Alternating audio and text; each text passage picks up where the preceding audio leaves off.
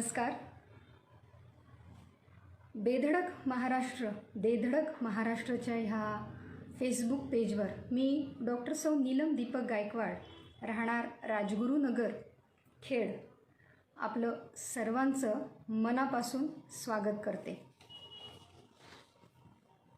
खरं तर आजवर ह्या बेधडक महाराष्ट्राच्या FB पेजवर अनेक मान्यवर साहित्यिक, कवी, लेखक येऊन गेलेले आहेत. श्रीयुत अरुण वाळुंज सर संचलित हे फेसबुकवरचं बेधडक महाराष्ट्राचं पेज, ह्या पेजनं आजवर अनेक जणांना एक भरभक्कम असं व्यासपीठ मिळवून दिलेलं आहे. नमस्कार राम, तुझं स्वागत आहे इथे. धन्यवाद, तू जॉईन झालास आणि हा अत्यंत महत्त्वाचा आणि संवेदनशील विषय ऐकण्यासाठी तू इथे आज आम्हा सर्वांसोबत उपस्थित आहेस. श्रीयुत अरुण वाळुंज सर संचलित ह्या फेसबुक पेजवरती पुन्हा एकदा सर्वांचं मनापासून स्वागत. खरं तर गेली 12 वर्षापासून राजगुरुनगरमध्ये मी एक होमिओपॅथिक चिकित्सक आणि समुपदेशक म्हणून काम करत आहे.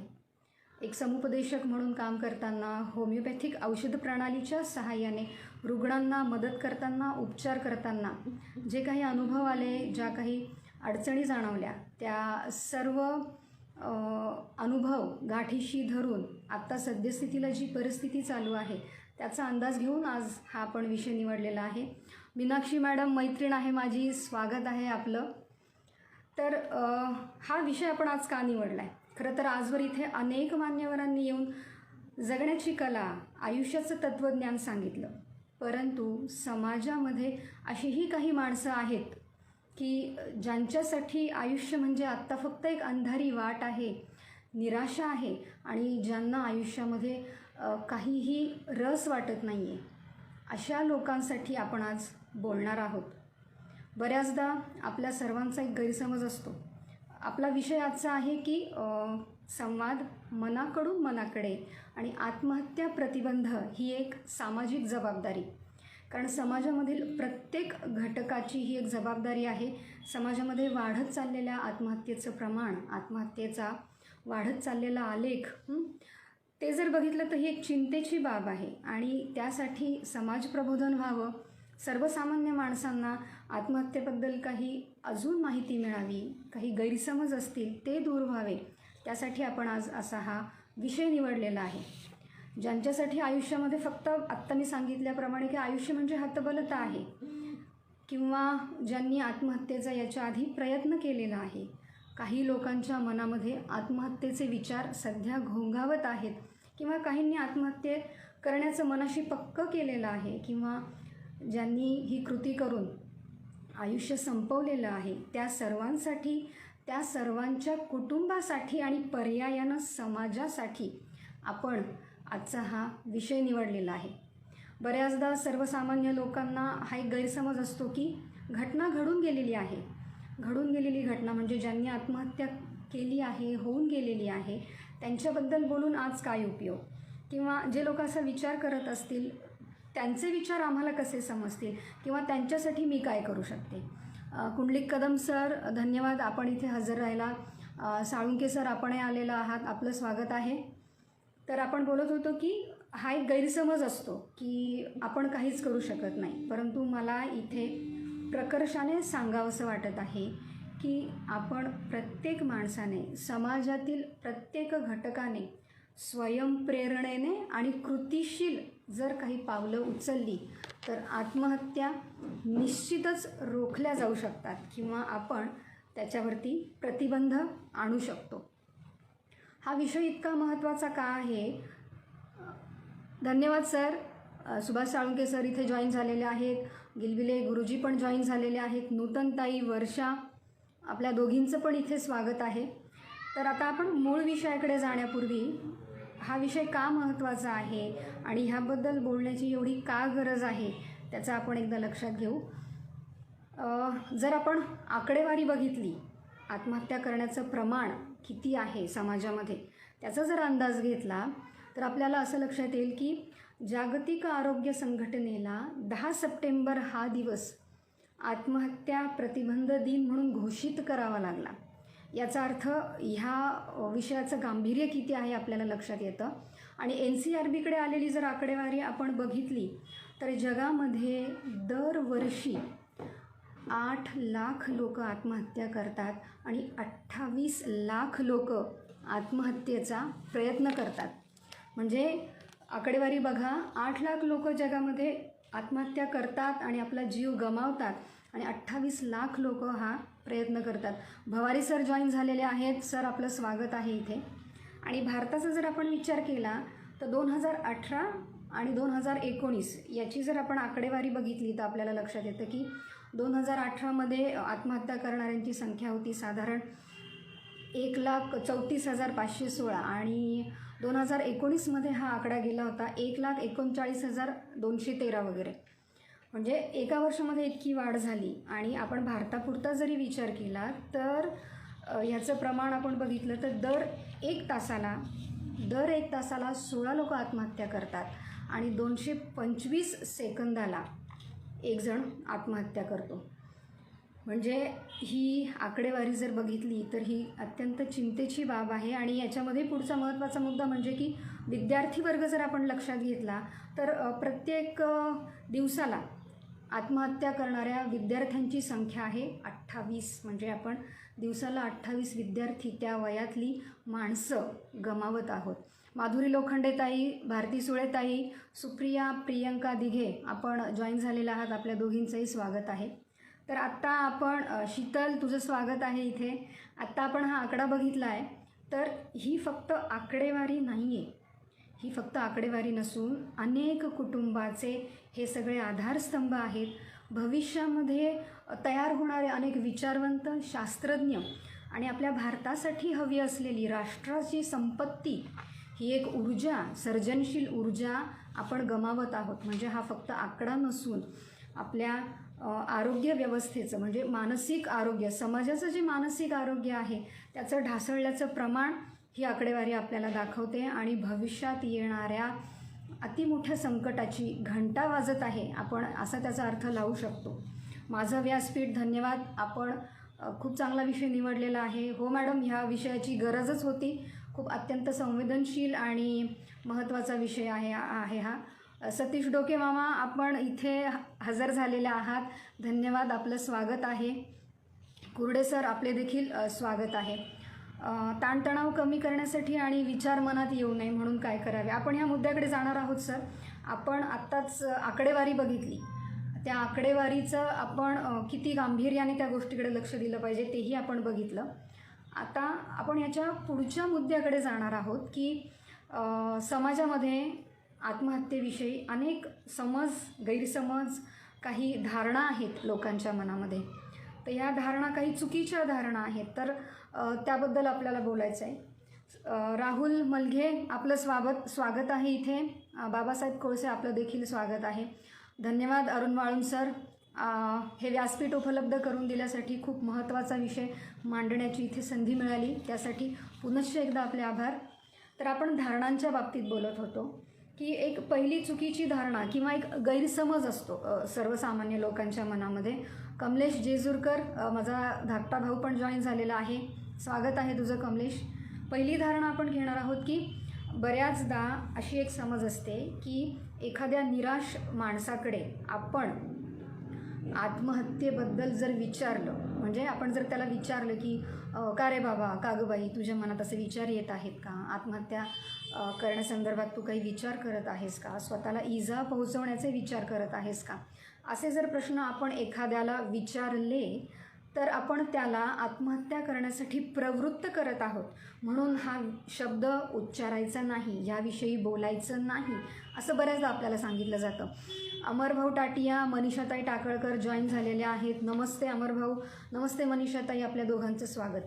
तर बऱ्याचदा आपल्याला असं सांगितलं जातं की आपण ह्याविषयी कोणाशी बोलायचं नाही. हा सगळ्यात मोठा चुकीचा समज आहे की जर आपण एखाद्या माणसाला आत्महत्येविषयी विचारलं तो त्याला प्रेरणा मिळेल आत्महत्येसाठी, असं नाही आहे. हा अत्यंत चुकीचा समज आहे. उलट आपण जर एखाद्याला आत्महत्येच्या विचारांबद्दल चौकशी केली तर आपण त्याला एक जागा मोकळी करून देत आहोत, त्याचे विचार मांडण्यासाठी, त्याचं मत मांडण्यासाठी त्याला एक संधी देत आहोत आणि त्याला व्यक्त व्हायला भाग पाडत आहोत. त्यामुळे जर एखादा निराश असलेला, एखाद्या खूप मोठ्या अडचणीत असलेली व्यक्ती तिच्या वागणुकीतून जर आपल्याला तिच्या स्वभावात काही बदल दिसत असेल तर आपण स्वतःहून पुढाकार घेऊन नक्की त्या व्यक्तीला स्पष्ट शब्दांमध्ये विचारायला काहीच हरकत नाही की का गं तुझ्या मनात असे आत्महत्येचे विचार येत आहेत का, किंवा तुमच्या मनात असे काही विचार येत आहेत का. त्यामुळे आपण जरूर असा आपल्या आजूबाजूच्या कुटुंबातल्या मित्रपरिवाराला हा प्रश्न बिनधास्तपणे योग्य शब्दामध्ये, त्याला इजा होणार नाही, त्याला ठेच पोहोचणार नाही, त्याला कुठलाही कलंक लागणार नाही, ह्या भाषेमध्ये आपण त्याला हा प्रश्न विचारला पाहिजे. दुसरा एक महत्त्वाचा मुद्दा इथे असा येतो की बरेच लोक म्हणतात की आत्महत्या म्हणजे उतावळेपणानं घेतलेला निर्णय. पुष्पात्या होले आपण जॉईन झालात, आपलं स्वागत. तर असं मुळीच नाही आहे मित्रमैत्रिणींनो. आत्महत्या हा म्हणजे ती कृती करण्यासाठीचा विचार हा कधीही उतावळेपणानं घेतला गेलेला नसतो, कारण ती कृती करण्याच्या आधी त्या माणसाच्या मनामध्ये अनेक दिवस, अनेक महिने हे विचार घोळत असतात. लोक याच्यावर चिंतन करत असतात, द्विधा मनस्थितीत असतात, भावनिक गुंत्यामध्ये अडकलेले असतात. त्यामुळे अगदी इम्पल्सिव्हली असा विचार कुणी करत नाही. इम्पल्सिव्हली सुसाईड करण्याचं प्रमाण फार कमी आहे. अगदी 30 ते 35% लोकच कधीकधी हा विचार करतात, अटेम्प्ट करतात, आणि त्यातले 10 ते 12% लोक इम्पल्सिव्हली सुसाईड करतात. त्याच्यामुळे ही घटना अचानक विचार आला आणि इम्पल्सिव्हली कधी होत नाही. तिसरा मुद्दा येतो की आत्महत्या करणारे लोक फक्त आत्महत्येबद्दल बोलतात, ते कधीही आत्महत्या करत नाही. म्हणजे हे घाबरवण्यासाठी बोलतात किंवा आमचं लक्ष वेधून घेण्यासाठी करतात, हे असं काही करू शकत नाही. यांच्याकडे ती हिंमतच नाही आहे असं म्हणून बऱ्याचदा आपण समाजामधल्या काही घटकांना किंवा जे लोक असं बोलत असतील त्यांना हिणवतो, पण असं मुळीच नाही आहे. आत्महत्येबद्दल जी लोक बोलतात ते बोलणं, ते विचार मांडणं हा त्यांचा मदतीसाठीचा आक्रोश असतो. लक्षात घ्या, त्यांनी ही मदतीसाठी मागितलेली आर्त हाक असते. त्याच्यामुळे आत्महत्येबद्दल बोलणारे लोक कधीही आत्महत्या करत नाही, हा खूप मोठा चुकीचा समज आहे. ते लोक जर आत्महत्येबद्दल बोलत असतील तर आपण त्यांना समजून घेतलं पाहिजे आणि त्यासाठी पुढे काय करायचं तो विषय आपला येणारच आहे. पुढचा एक गैरसमज असा असतो की हे लोक फक्त धमकी देतात अटेन्शन सिकिंगसाठी. तर तसं मुळीच नाही आहे. जसं आपण आधी पण बघितलं, ही धमकी नसते. त्यामुळे त्यांनी जर एखाद्याने विचार मांडले तर ती धमकी समजून त्यांना आपण चॅलेंज करायचं नाही आहे, त्यांना आपण काय म्हणतात ह्युमिलिएट करायचं नाही आहे. म्हणजे काय तू करशील, काय तू करत नाही, तुझ्यात काही धमक नाही, करूनच दाखव, असे शब्द चुकूनही आपल्याला वापरायचे नाही आहे. कारण आपण जर अनावधानाने एखाद्या असे विचार मांडणाऱ्या व्यक्तीला चॅलेंज केलं तर कदाचित ती व्यक्ती ते कृत्य करण्यासाठी त्याला अजून प्रेरणा मिळू शकते आणि ते लोक मनातले विचार कृतीमध्ये अंमलात आणू शकतात. त्यामुळे कुणालाही चॅलेंज करायचं नाही आहे.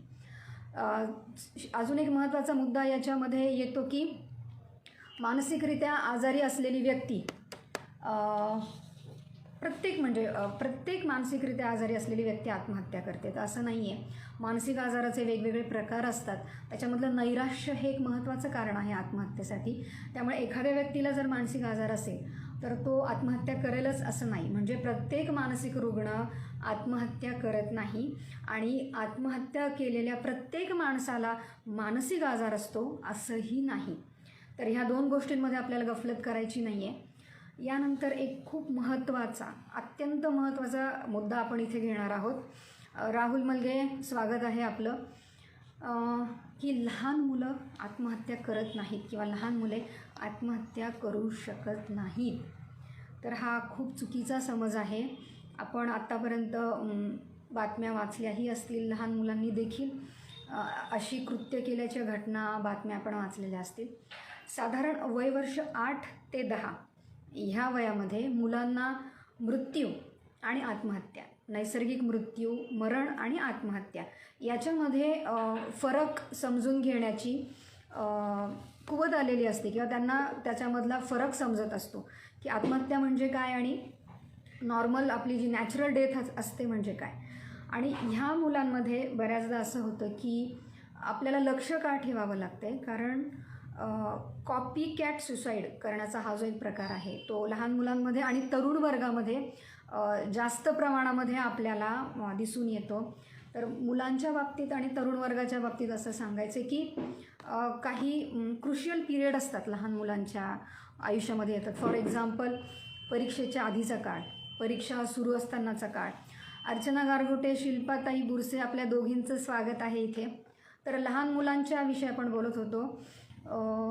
परीक्षेच्या आधी किंवा रिझल्ट येण्याच्या आधी, परीक्षा झाल्यानंतरचा काळ, त्या काळामध्ये बऱ्याचदा आपण मुलांना विचारतो की तू पास झाल्यावर काय करणार आहेस, तुला चांगले मार्क मिळाल्यावर काय करणार आहेस. पण बऱ्याचदा आपण मुलांना हे विचारत नाही की तू नापास झाला तर तू काय करशील, तुला कमी मार्क पडले तर तू काय करशील. म्हणजे आपण मुलांना अपयशासाठी तयार करत नाही आहोत. आणि आपण त्यांना हेही विचारलं पाहिजे की जर तुझा एखादा विषय राहिला तर तू तुझ्या मित्रांना कसं फेस करशील, किंवा तुझा एखादा मित्र नापास झाला, त्याला जर अडचण आली तर त्याच्याशी तू कसं डील करशील, त्याच्याशी कसं बोलशील. त्यामुळे आपल्याला मुलांना अपयशासाठी तयार करायचं आहे. ते जर पडले तर त्यांना उठण्यासाठी कसं उभं राहायचं आहे, तुम्ही कसे उभे राहा हे सांगण्यासाठी आपल्याला तयार करायचं आहे. म्हणजे मुलं धडपडू नये म्हणून अति काळजी, अति खबरदारी घेण्याऐवजी आपण त्यांना पडल्यावर ते उठायचं कसं आहे हे शिकवायचं आहे. येस, मनातलं दुसऱ्याला सांगावे की नाही ही भीती वाटते, घुसमट वाढत जाते. हा अत्यंत महत्त्वाचा मुद्दा सर आपण अरुण वाळुंज सर आपण इथे सांगितलं आहे की बऱ्याचदा विश्वास नसतो की मी जे सांगत आहे, माझ्या मनातली जी घुसमट आहे, जी मी सांगत आहे, अडचण सांगत आहे, कदाचित हे समजून घेणार समोरची व्यक्ती हे समजून घेईल का, ह्या व्यक्तीला मी जे काही सांगत आहे ते कळेल का, किंवा ही व्यक्ती माझ्याबद्दल काय विचार करेल, माझ्यावरती एक कलंक म्हणून बघितलं जाईल का, माझ्यावरती कुठला ठपका बसेल का, अरे हा तो असा बरं का, हाच तो बरं का, त्याने आत्महत्येचा विचार केला होता, अटेम्प्ट केला होता, ह्या पद्धतीनं. कारण समाजामध्ये बोटं दाखवली जातात तर कुणी माझ्याकडे बोट दाखवेल का, ही एक भीती लोकांना असते. त्यामुळे बऱ्याचदा मनातली घुसमट बोलून दाखवली जात नाही. रामदास पुजारी आणि वर्षा निंबाळकर मॅडम आपलं स्वागत आहे. दुसरा एक मुद्दा असा येतो याच्यामध्ये की आत्महत्या करण्याचा विचार करणाऱ्यांना मार्ग सापडतो, म्हणजे ते कसेही आत्महत्या करू शकतात. तर हा खूप महत्त्वाचा टप्पा आहे की ज्यांना आत्महत्येचे विचार येत असतात त्यांना जर वेळीच कोणी ऐकून घेणारं भेटलं, काही मार्गदर्शन करणारं भेटलं, वैद्यकीय मदत करणारं भेटलं, तर ह्या टप्प्यावर आपण अनेक लोकांना आत्महत्येपासून रोखू शकतो, त्यांना थांबवू शकतो आणि त्यांना आपण आत्महत्येपासून परावृत्त करू शकतो. त्यामुळे आत्महत्येचा विचार करणाऱ्या प्रत्येक माणसाला मार्ग सापडतोच असं नाही. कारण जसं आधी आपण सांगितलं, ही लोकं आधीच द्विधा मनस्थितीमध्ये असतात, कन्फ्युजनमध्ये असतात, त्यांना कळत नसतं की आपल्या भावना कशा व्यक्त कराव्या. दुसरा एक गैरसमज असा असतो की एकदा आत्महत्येचा प्रयत्न केल्यानंतर लोक पुन्हा आत्महत्येचा प्रयत्न करत नाही, हे साफ चुकीचं आहे. जर आपण रेकॉर्ड बघितला की ज्या लोकांनी आत्महत्या केली आहे आणि जीव गमावला आहे, त्यांची जर पास्ट हिस्ट्री आपण बघितली तर 30 ते 40% लोकांमध्ये आपल्याला असं जाणून येतं की त्यांनी याआधी देखील आत्महत्येचे प्रयत्न केलेले होते. म्हणजे एखाद्या माणसाचा एखादा अटेम्प्ट अनसक्सेसफुल झाला, त्याला जर काही मिळालं नाही, म्हणजे त्याच्यामध्ये त्याला यश मिळालं नाही, तर तो पुन्हा असा प्रयत्न करणार नाही असं होत नाही. उलट वॉर्निंग साईन्स किंवा जे रिस्क ग्रुप आपण ज्याला म्हणतो, ते ही माणसं त्या रिस्क ग्रुपमध्ये, रिस्क कॅटेगरीमध्ये आपल्याला आपण त्यांना मोडू शकतो. म्हणजे एकदा केलेला प्रयत्न तर पुन्हा करणार नाही असं नाही. तर ह्या लोकांकडे आपल्याला जास्त काळजीपूर्वक बघावं लागतं, कारण ही रिस्क कॅटेगरीमधली असणारी माणसं असतात. दुसरा एक येतो की कुठल्याही पूर्वकल्पनेशिवाय आत्महत्या घडत नाही. रंजना गांगुर्डे आत्या, कोहिनकर मॅडम, रसिका मॅडम माझी मैत्रीण इथे माझ्यासाठी आलेली आहे. खूप खूप स्वागत आपल्या सगळ्यांचं. आपला पुढचा महत्त्वाचा मुद्दा असा होता की कुठल्याही पूर्वकल्पनेशिवाय किंवा संकेतांशिवाय आत्महत्या घडत नाही. तर 80 ते 90% लोकांमध्ये मंगेश घुमटकर सर आपण देखील जॉईन झालेला आहात, आमचे RMPAचे मेंबर आहेत. सर आपलं मनापासून स्वागत आहे इथे. कुठल्याही पूर्वकल्पनेशिवाय आत्महत्या घडतात, म्हणजे अचानक घडतात असा लोकांचा समज असतो, पण असं नाही आहे. याला आपण वॉर्निंग साईन्स म्हणतो. याचा अर्थ काय की आपले विचार आपली देहबोली आणि आपली वागणूक याच्यामधून आत्महत्येचा विचार करणारे लोक संकेत देत असतात की माझ्या मनात हे विचार येत आहे की मी कदाचित भविष्यामध्ये असं करू शकतो. परंतु हे संकेत ओळखून घेण्यासाठी, ते समजून घेण्यासाठी आपण कुठेतरी कमी पडतो आहे. त्यामुळे कुठलेही संकेत न येता उतावळेपणानं अचानक इम्पल्सिव्हली आत्महत्या होण्याचं प्रमाण फार फार कमी आहे. त्यामुळे पूर्वकल्पना, संकेत, बॉडी लँग्वेज, विचार, वर्तणूक ह्या सगळ्या माध्यमातून आत्महत्येचे इंडिकेशन्स आपल्याला आजूबाजूच्या लोकांना, कुटुंबातल्या व्यक्तींना, मित्रपरिवाराला हे संकेत मिळत असतात. आपण फक्त ते समजून घ्यायला हवे. आणि याच्या पुढचा अजून एक मुद्दा असा आहे की आत्महत्या रोखण्यासाठी फक्त मानसोपचार तज्ज्ञ मदत करू शकतात, तर हा समज चुकीचा आहे. मानसोपचार तज्ज्ञ तर आहेतच, परंतु मानसोपचार तज्ज्ञ हे शेवटच्या फळीमध्ये येतात. म्हणजे आपण त्यांच्यापर्यंत जाण्याच्या आधी आपण सर्वजण येतो. तुम्ही येता, आम्ही येता, आपलं कुटुंब, आपला मित्रपरिवार ह्या सगळ्यांना ज्यावेळेला यांच्यासोबत आपण वागत असतो त्यावेळेला मानसोपचार तज्ज्ञांकडे जाण्यापूर्वी आपण सर्वजण एक छोटे सैनिक म्हणून जबाबदारी आपली पार पाडत असतो. आणि प्रत्येकाला ही सैनिक म्हणून जबाबदारी जी दिलेली आहे ती आपल्याला पार पाडता आली पाहिजे. मग आता आपण आधी बघितलं की हा विषय का महत्त्वाचा आहे. आपण स्टॅटिस्टिक्स बघितलं की जगामध्ये वर्षाला किती होतात, सेकंदाला किती होतात. आपण भारतामध्ये देखील त्याचं प्रमाण बघितलं. पुन्हा आत्महत्या ह्या संकल्पनेविषयी आपण खूप सारी माहिती काय मिळवली की समज काय आहेत, गैरसमज काय आहे, फॅक्ट्स काय आहेत, आपण त्या समजून घेतल्या. आणि आता आपण पुढच्या महत्त्वाच्या मुद्द्याकडे जात आहोत. अतुल काळे, राजश्री गुंडाळ मॅडम, आपण दोघंही इथे हजर झालेले आहात. आपलं स्वागत आहे.